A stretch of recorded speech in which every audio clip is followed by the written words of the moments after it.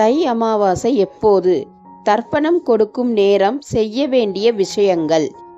முன்னோர்கள் வழிபாட்டிற்குரிய நாளாக சொல்லப்படும் அமாவாசை நாளில் விரதம் இருந்து அவர்களை வழிபட்டால் பித்ருதோஷம், செயல்களில் ஏற்படும் தடை தாமதங்கள் நீங்கி வாழ்வில் அமைதி, செல்வம், நிம்மதி ஆகியன கிடைக்கும்.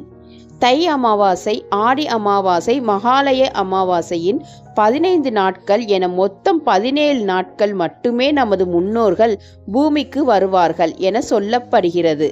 பித்ருக்களுக்கு செய்ய வேண்டிய கடமைகளை நிறைவேற்றாத ஒருவன் செய்யும் எந்த ஒரு பூஜையையும் நான் ஏற்பதில்லை என மகாவிஷ்ணு சொல்வதாக விஷ்ணு புராணம் குறிப்பிடுகிறது. முன்னோர்களை வழிபட உகந்த நாளாக அமாவாசை கருதப்படுகிறது. ஒவ்வொரு மாதத்திலும் வரும் அமாவாசை சிறப்பு வாய்ந்தது என்றாலும் வருடத்தின் 3 அமாவாசைகள் மிக முக்கியமானதாக சொல்லப்படுகிறது. ஆடி அமாவாசை, புரட்டாசி அமாவாசை, தை அமாவாசை ஆகிய நாட்களில் கண்டிப்பாக தர்ப்பணம் கொடுத்து முன்னோர்களை வழிபட வேண்டும். எந்த நேரத்தில் தர்ப்பணம் கொடுக்கலாம்?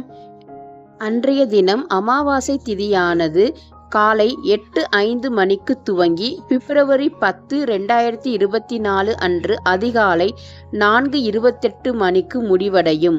அமாவாசை திதியானது பிப்ரவரி 9ஆம் தேதி காலையிலேயே துவங்கி விடுவதால் காலையிலேயே நீராடி முன்னோர்களை வணங்குவது நல்லது.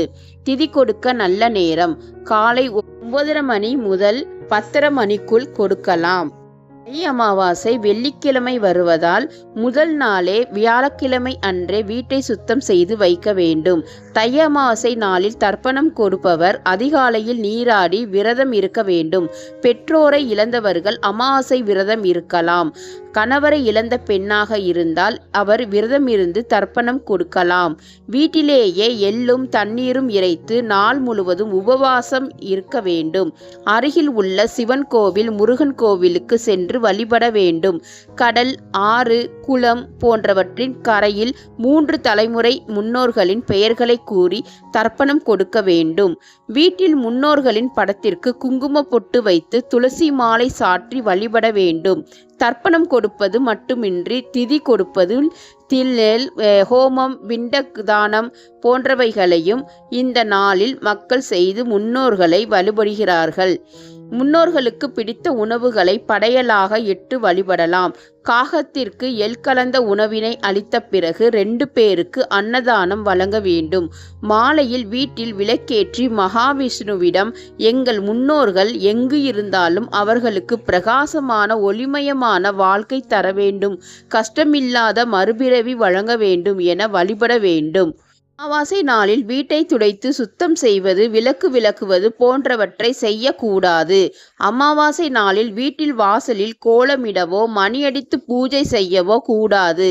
மாமிசம், வெங்காயம், பூண்டு போன்றவற்றை உணவில் சேர்க்க கொள்ளக்கூடாது. தாய் தந்தையை இழந்த பெண்களும் அமாவாசை விரதம் இருக்கலாம். ஆனால் சுமங்கலி பெண்கள் எள்ளும் தண்ணீரும் இறைக்கக்கூடாது. காகம் உணவை எடுக்காமல் உணவு சாப்பிடக்கூடாது. மாலையில் தர்ப்பணம் திதி கொடுக்க கூடாது.